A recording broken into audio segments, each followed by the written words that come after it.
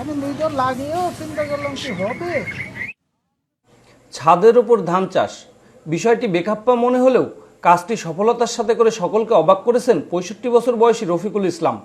যশোরের বকচর বিহারি কলোনি এলাকায় তার দোতলা বাড়ির ছাদে ১.৫ শতক পরিমাণ জায়গায় তিনি ধান লাগিয়েছেন। পেশায় ব্যবসায়ী হলেও ছাদে বাগান করা তার শখ। সেই শখ থেকেই তার মনে জাগে ছাদে ধান চাষের ইচ্ছা।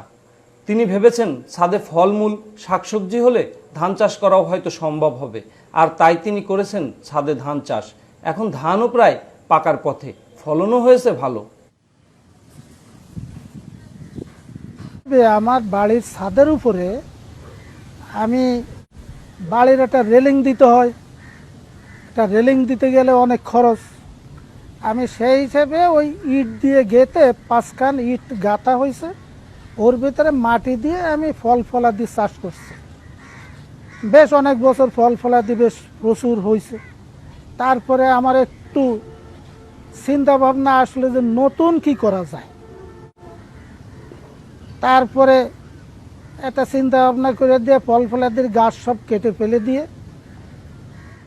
মাটি থাকলে যে ফসল হয় বা অল্প পানিতে অল্প খরচে ধান চাষ কীভাবে কি করা যায়, এটা আমি নিজেই একটু চিন্তা ভাবনা করে আমি ওই গাছ ফলের গাছ কেটে দিয়ে ধান লাগাইলাম এই বছরে। এর আগের কোনোদিন লাগাই নাই।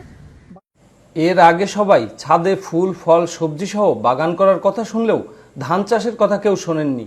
এমন অভাবনীয় আজব কাণ্ডের কথা শোনার পর বিভিন্ন এলাকা থেকে কৌতূহলী মানুষ ভিড় করছেন রফিকুল ইসলামের বাড়িতে। তিনিও খুশি মনে সবাইকে তার ধান ক্ষেত দেখাচ্ছেন, তাদের বিভিন্ন প্রশ্নের উত্তর দিচ্ছেন। রফিকুল ইসলাম আরও জানান, ধান রোপণের মৌসুমে তিনি বিরি ২৮ জাতের ধানের চারা রোপণ করেন। তবে সাধারণত ইরি ক্ষেতে যে পরিমাণ পানি ব্যবহার করা হয় তত বেশি পানি তিনি ব্যবহার করেননি। ২ থেকে ৩ দিন পর পর শুধু মাটি ভিজিয়ে দিতেন। তিনি কোনো কীটনাশকও ব্যবহার করেননি, আর সার ব্যবহার করেছেন সামান্য। ইতিমধ্যে কৃষি কর্মকর্তারাও তার ধান ক্ষেত পরিদর্শন করেছেন।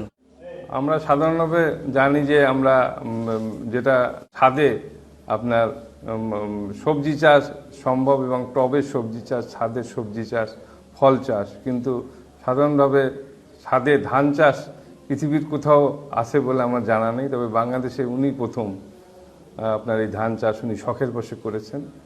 তো এটা উনি কমার্শিয়ালি বাণিজ্যিকভাবে এটা লাভবান হতে পারবে না, শখের বশে উনি করতে পারেন, হয়তো নিজের চাহিদা কিছুটা মেটানোর জন্য আর কি।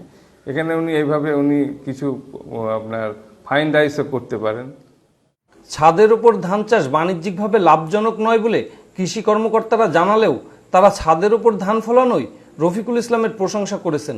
রফিকুল ইসলাম ছাদের ১.৫ শতক পরিমাণ জমি থেকে প্রায় ২ মণ ফলন পাওয়া ও আগামীতে বিভিন্ন এলাকার মানুষ ছাদে উন্নত জাতের ধান চাষে উৎসাহী হবেন বলে আশা করেন।